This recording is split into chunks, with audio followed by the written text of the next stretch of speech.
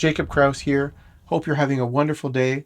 If you've been watching my channel, you know I've been on a mission to find the very best Thunderbolt 3 or Thunderbolt 4 compatible dock that works really well with the new Apple Silicon.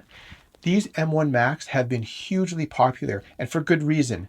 I feel these chips and the versions to come in the near future are going to revolutionize mainstream computing. But that's another video in itself that we're going to save for another day.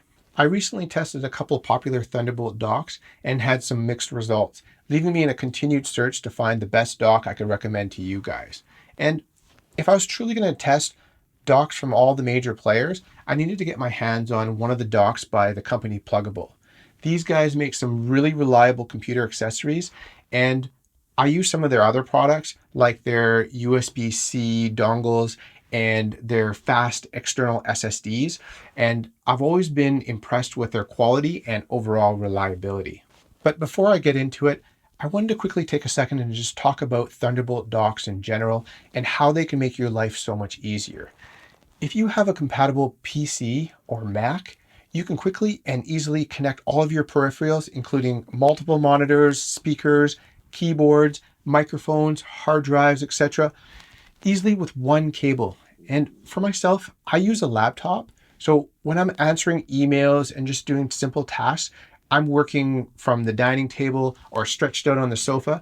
But when I want to do serious work that involves like even content creation, editing photos, that type of thing, I like to dock my computer and turn it into more of a serious workstation with a larger monitor, trackpad, and keyboard, and all of that stuff. So over the past few weeks, I've been using a Plugable Thunderbolt 3 dock, and the model is the TBT3 UDV, I believe. And if you go to their website, they have a number of different configurations, but I thought this one was the most versatile. And it's definitely not the most expensive dock that they have, but for myself, it had all the ports that I need and likely would meet the needs of most of you out there. And I'm primarily a Mac user, so most of my testing has been done with Macs. And I feel that,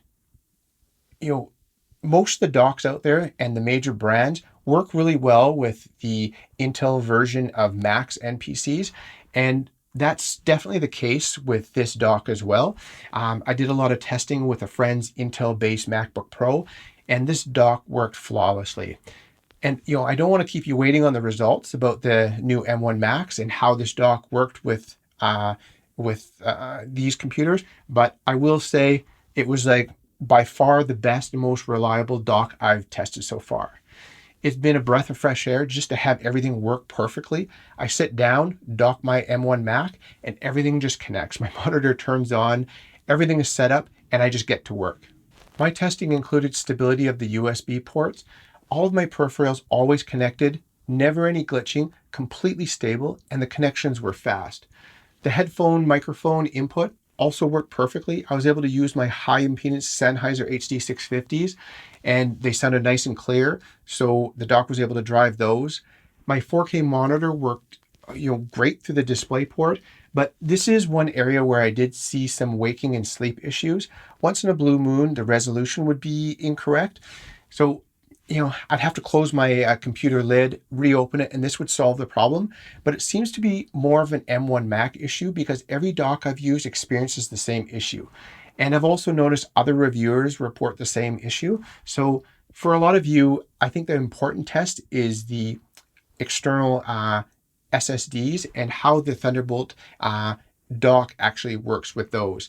I know almost every power user has fast SSDs connected that they use as backups, or in a lot of cases, you work directly off of these external drives. So having a dock which produces reduced speed is, can be very problematic. So I use the Blackmagic speed test, and I have to say I hit similar speeds through the dock as connected directly to my computer. A couple of other things I really like about this dock are the black accents and the metal finish, which matches the space gray of my M1 Mac perfectly. Also, you can lay this dock down, or you can use the included stand and set it up in vertical mode. And I find in vertical orientation, it just keeps the dock out of the way and my desk just looks a whole lot cleaner. So on the other hand, some of you guys out there may be wondering about the card reader, and this specific model doesn't have one included, but for me, it wasn't much of an issue. I just keep a low profile card reader attached to one of the USB ports on the back. Also, this dock does put out 60 watts of power, and if you're using an M1 Mac, that is the maximum currently that they take. So it's a non-issue for me. Some of you with Intel Macs that take 85 watts of power, I still feel that 60 watts is more than enough. Even if you were connected and you're doing intensive tasks, you'd have to be pushing your system for many hours before your battery would die. So I think even for myself, I consider myself a bit of a power user. I don't ever see myself sitting down straight and doing really, really intensive tasks for 5 to 8 hours straight and running the battery out. So in my opinion, 60 watts of power is more than enough. But if you did want more, you can go onto the Plugable website, and they have a bunch of different models that have higher wattage and a bunch of different port configurations.